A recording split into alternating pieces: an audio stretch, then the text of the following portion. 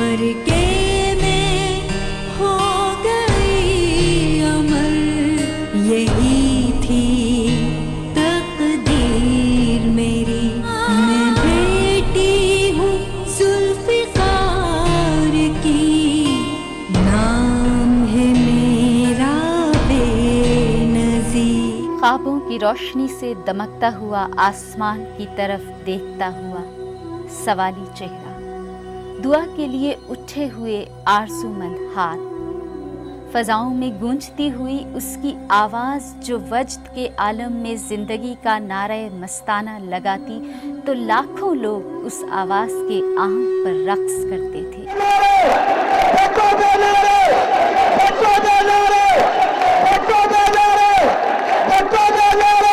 आज ख्वाब देखती हुई वो आँखें बेख्वाब हूँ। 4 अप्रैल 1979 को पिनकी के जुर्रतमंद बाग में शान बेनियाजी से आमरेत की दी हुई मौत को गले लगा लिया।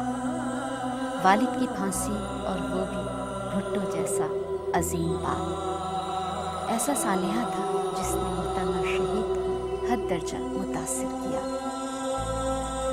वालिद की फांसी के बाद मोहतरमा और उनकी वालदा को 18 माह के लिए घर में नज़रबंद कर दिया गया।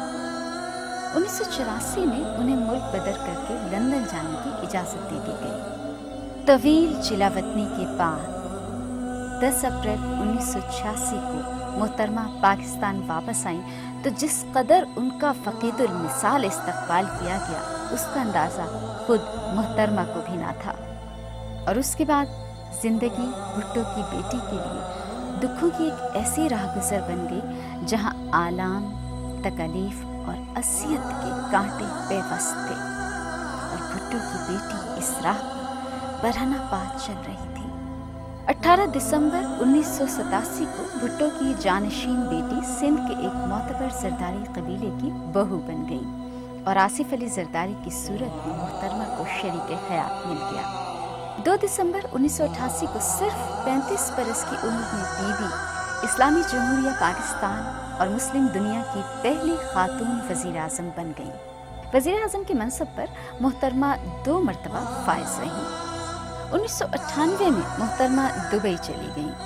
18 अक्टूबर 2007 को वतन की ये बेटी और गरीब अवाम का सहारा बेनज़ीर भुट्टो 10 साला जिलावतनी के बाद मुल्क व कौम के लिए एक बार फिर कराची आए तो पाकिस्तान की आवाम ने अपनी महबूब कायद का वालहाना इस्तक़बाल करके दुनिया को ये बताया कि दूरियां और फासले अवाम और भुट्टो ख़ानदान के दरमियान रिश्ते को ख़त्म नहीं कर सकते।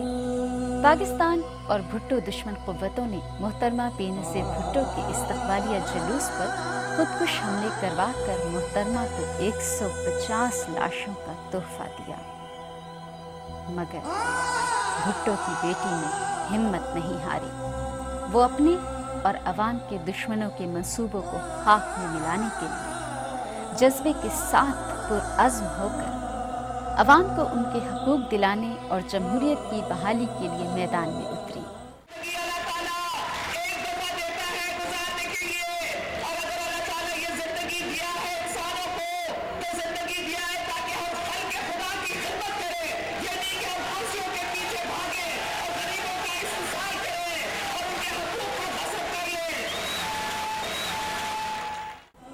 एक जज्बा था, एक वलवला था, जुनून था।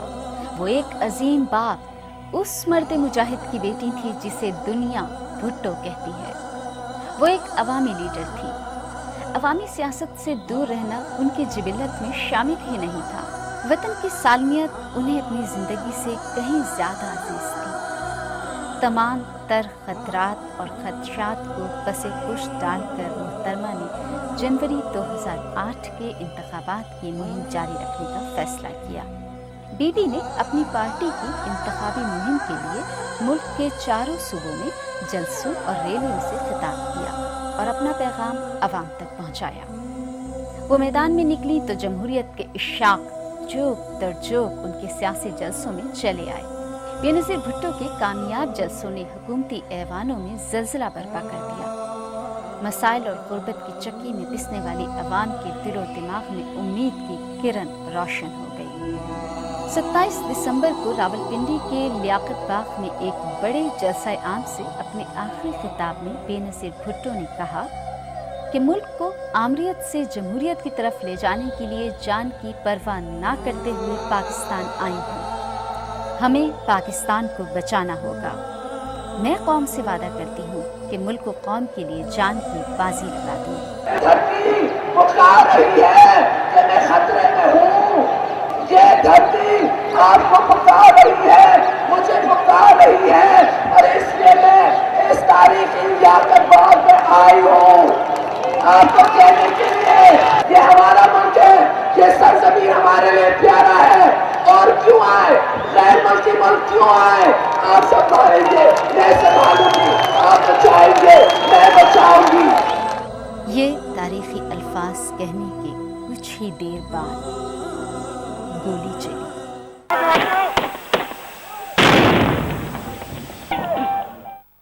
और ये तारीखी अल्फाज कहने वाली अजीम खातून ने कौम और मुल्क के साथ अपनी कमिटमेंट को खून का नजराना देकर सच कर दिखाया। मुल्क दुश्मन, इस्लाम दुश्मन क़ुव्वतों ने हक़ व सदाकत और अमन का पैगाम देने वाली विफाक की अलामत और जमहूरियत की अलम बरदार बेनज़ीर को शहीद कर दिया।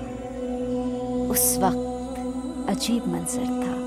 उनकी शहादत की खबर सुनते ही पाकिस्तान के अंदर हर घर में सफ़े मातम बिछ गई। अपने पराए सब उनकी मौत पर रो दिए और पूरी कौम पर सख्ता तारी हो गया। भुट्टो की अजीम बेटी ने अपने बाबा के नक्श कदम पर चलते हुए लहू से वज़ू किया और शहादत के मसल्ले पर नमाज शुक्राना अदा करके अपने कातिलों को ये पैगाम दिया। अहदे सर सब्ज़ में आँखों से लहू जारी है,